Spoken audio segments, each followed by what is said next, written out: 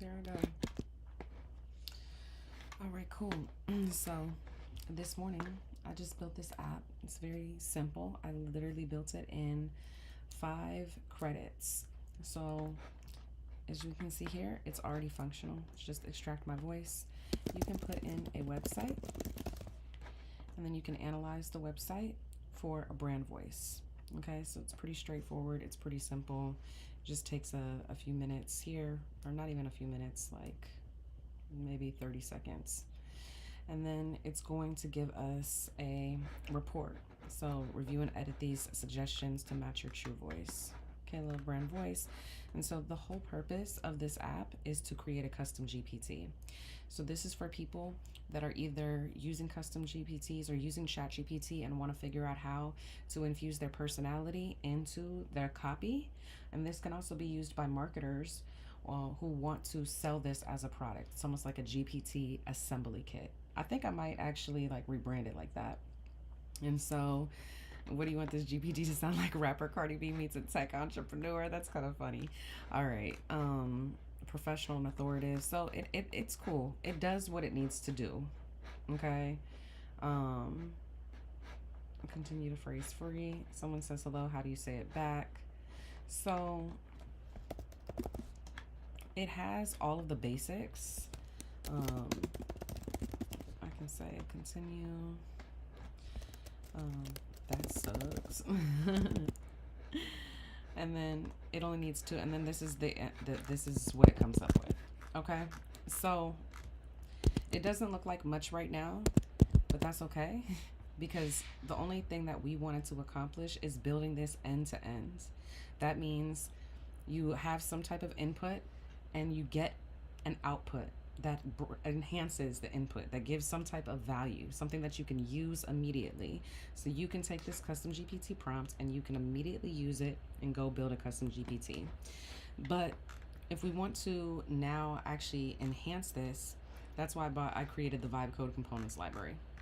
And so I'm going to go through and we're going to actually recreate this based off of the library. But the first thing, when it comes to functionality first, because that's always how I'm building, is one key feature that we're missing.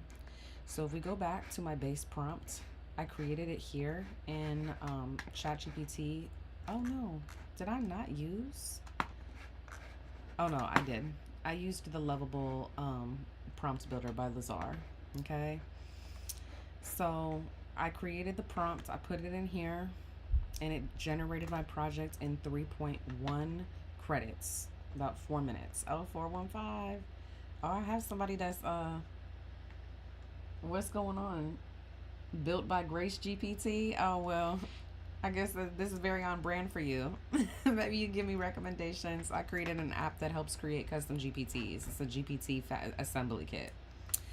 All right, and then what I did was I created a way to scrape a website using the Firecrawl API. APIs are very easy to integrate in Lovable. The hardest thing about the API is actually trying to figure out which API to use.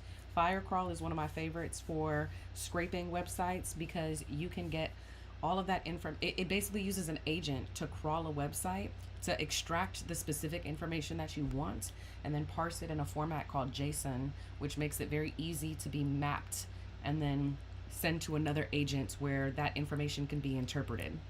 All right, so I've only spent 5 credits so far, and now I'm gonna enhance this for the user experience. But the first thing that I actually need to do, and I like that it gives me the recommendation down here.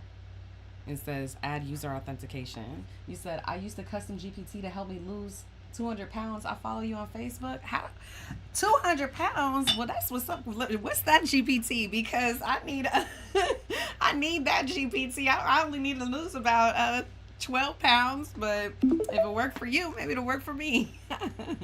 That's what's up. I love to hear that. AI for good, okay?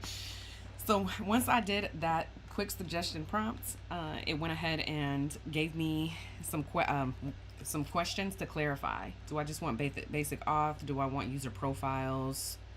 I just want something basic right now. I'm building for someone else.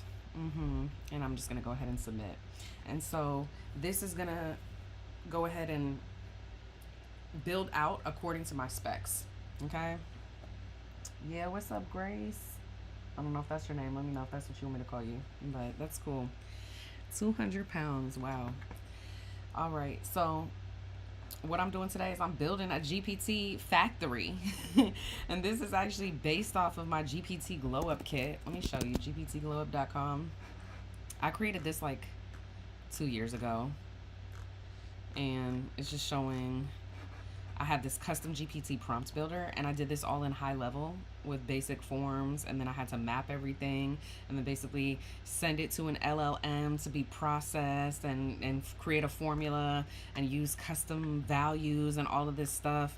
And now I'm like, wow, I really am able to just do this in a few minutes, and it just looks way better on Lovable. So that's what I'm excited about. So that's what I'm building again here today.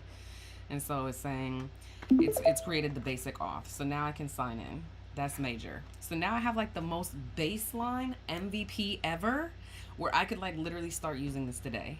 That's it. I would publish this. I can start using this today. It works. But it's not the best user experience. All right. So when people are like, oh, I just drained all of these credits. I've spent hundreds of dollars on Lovable and it's a scam. It's like, where?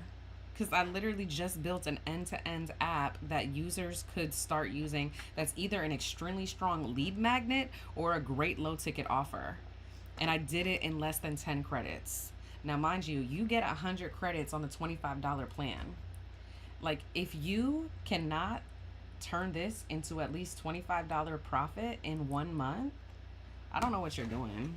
Then you shouldn't be a vibe coder. Then go stick to like whatever you're doing that's draining all that credits. All right, so let's see. We want to say create a database table to save voice profiles so that users can store and retrieve their generated prompts. That's one suggestion. Require authentication before extracting voice.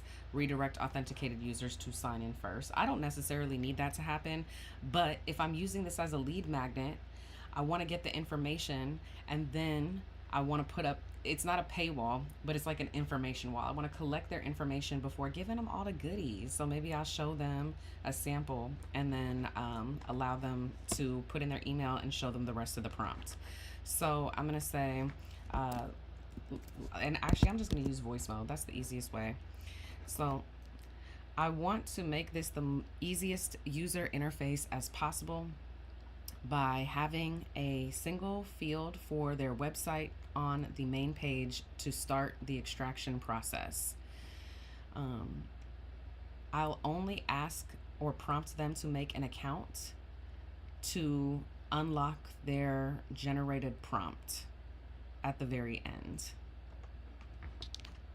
And then I'll go ahead and click there. And I'm not going to put that in chat mode because I don't necessarily need it to come up with a whole plan for how I'm going to introduce a new feature, which is what I typically will use chat mode for. It's like, the agent is intelligent enough to be able to take action on my behalf, but I am curious to see how many credits it's going to cost me, because in chat mode, it's only 1 credit. It's a 1 credit flat rate. So no matter what you put in chat mode, no matter how complex the plan that it comes up with, it always costs 1 credit. So that's a fixed rate. Whereas right now, I just put this in like basically default mode, which is builder mode, which means anything that I put in the chat here will actually take an action in the right. Where chat mode, it won't take an action. It'll come up with the plan, and then I could press the implement the plan, and then it'll take the action. So it's talking about, I'll simplify the flow, URL input on landing, thank you. Auth gate only at the end to unlock the prompt. Thank you. And I just realized I gotta hop on my N8N ambassador call here in like 10 minutes. I'm like up so early because, as you know, Lovable is a company in Sweden. Very different time change, and this morning we had an ambassador call. So for those that don't know, I'm an official Lovable ambassador and N8N ambassador. I think I'm the only person in the world that's an ambassador for both. And so I get to teach people all around the world how to leverage tech, but more importantly, how to solve problems and provide real value to people with software solutions. And solving real problems equals real money. So we're not just building stuff to be building it, okay? We're building it for a specific audience in mind. And we're building things that we are uniquely designed to build, problems we're uniquely designed to solve. All right, so you see here, create a GPT that actually sounds like you. Whoop-de-whoop, cool. I can put in my website and it says what will happen. All right, so if I put in my website here, and I'm gonna redo the UX because it's just whatever right now. But let's get to the functionality UX versus like creating the hero page and whatnot. That seemed to happen a lot faster. No? Let's start over. I'm gonna do a different website. I'm gonna do my KaylaLove.ai website. Okay, this is the first thing. I want to add a loading animation here. So I'm going to go to my vibe code components library and I'm going to go search for a loading or a loader. Let's see, a spinning loader. Oh, I got to publish updates on this site because I have improved my searchability. There's the dual ring loader, the dot circle, gradient, pulse ring, bars. I kind of like this pulse ring. Typing indicator, progress bar fill. So I think that I'm going to add this spinning loader, and I'm just going to go ahead and copy that prompt and come on over to my Lovable project. And I'm going to just say create a pulsing ring loader when the user is waiting for their website to be analyzed. Okay.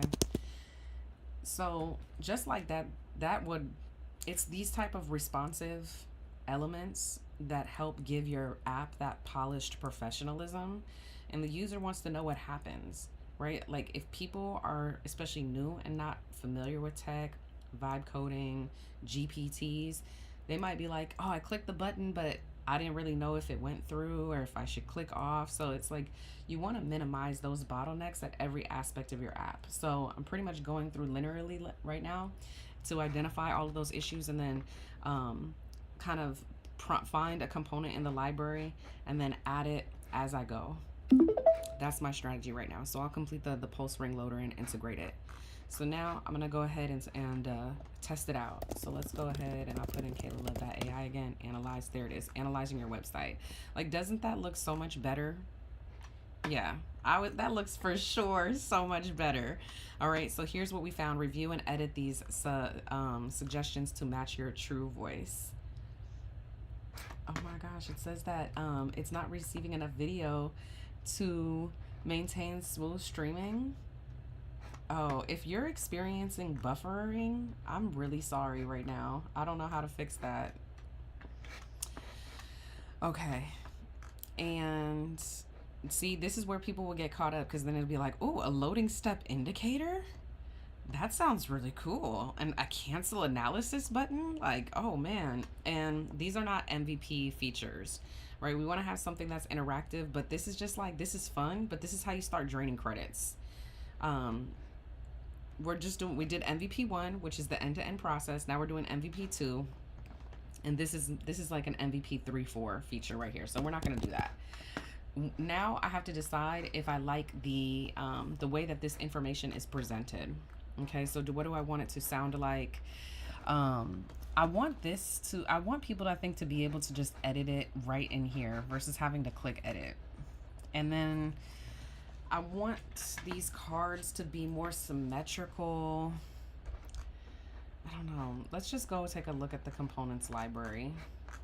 And I'm going to just go back to the main one and see if it's the way I've got browse components, form components, content structuring. That might be the one. There's step-by-step progress. Yeah, I like step-by-step progress. We could probably apply that here. There we go. So this would be like step-by-step progress. It's built in. But that's not like MVP for me right now. I need to do something with the cards. The card grid. Image gallery. This is the new one. I have to publish the app because I made this way smoother. I'm like, should I just go in and publish it? There's a couple things I want to review, so I'm not going to actually do that. It's tempting though. It's tempting. So we had content structuring. What else could we use? If it was like a card, hover cards. Oh yeah, that's another thing that I just created. Oh no, it's not really a hover card. Spotlight tour, search autocomplete. What would be the right component to demonstrate this information? Um, you know, when the information is displayed in phase one, I want it to all be text fields with the text that was extracted preloaded.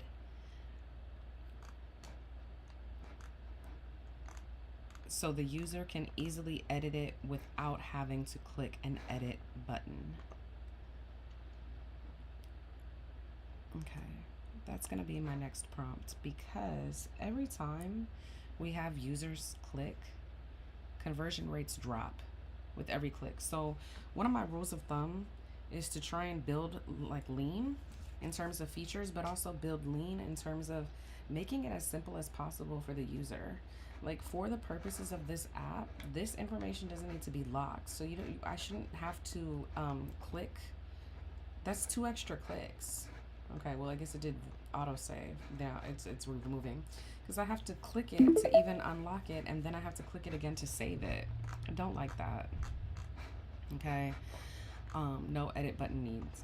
Okay, great. So now that I have that, we're gonna add in one of the hottest components, the most popular ones, which is going to be our voice typing. And every app coming out 2025 and beyond, this is going to be a trend in 2026, voice typing. You know, there's tools like Whisperflow that allow you to use a keyboard shortcut once you have it installed, and that transcribes all of your voice into text fields on any website. But people are learning about these tools. So if you can create your app to be AI first and AI forward, it's already going to help you be set aside from the crowd. So I'm going to go ahead and copy this prompt, this voice typing prompt, and I'm going to go back to my project. And then I'm going to go and just paste it in here. Create a voice typing and yeah, component. It knows it's reusable. And then click enter. All right, so this is already pretty much done for you. And what this is going to do is it's going to add a little microphone button to each one of these text fields. When I press that, it will actually record me and transcribe my voice into the field. So this just makes your app instantly more usable than a competitor that doesn't have it. And it costs like 2 credits. So we're talking about credit optimization is like 10 credits for 5 credits basically for the main build, then 5 credit, or I would say like, 10 to 15 credits for adding features. Again, only MVP features, building end to end. And then we'll probably spend like 15 to 30 credits for, I consider this to be features. That's important. All right, done. Added voice typing to all editable fields with a microphone toggle pulsing recording indicator. Okay, let's test it out. A tech-savvy hip-hop artist meets a passionate community organizer. All right. Also, I want it to sound like Steve Jobs. How dare you? Let's see, hold on. If it's because I already had something in there. I want this GPT to sound like Cardi B. All right. I need to update the universal prompt, which I actually might have, because it's giving me this. I'm just gonna go in the back end. You're gonna see some stuff right now, because I'm testing out all my voice component or my vibe code components, and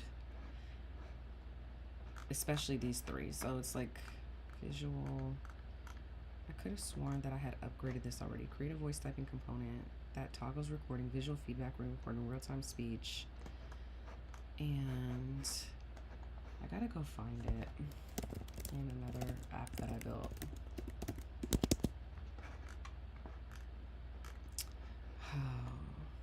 I'm sorry, I'm going on a detour here, and I'm about to have to get off to go onto this N8N call. But at least I'm streaming for like 16 minutes. That's pretty cool. So it was the voice typing component. No, sorry, this is the wrong app. They all start looking the same. Cookup automation studio. There it is, the reflection. I'm like, okay, you still rocking with me, Grace? That's right.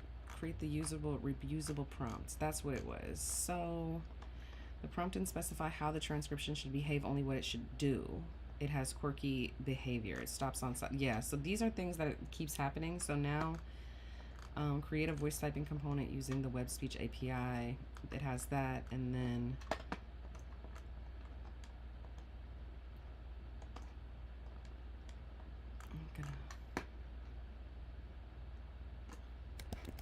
I'm going to go back into my vibe code components, and I'm going to say improve the voice typing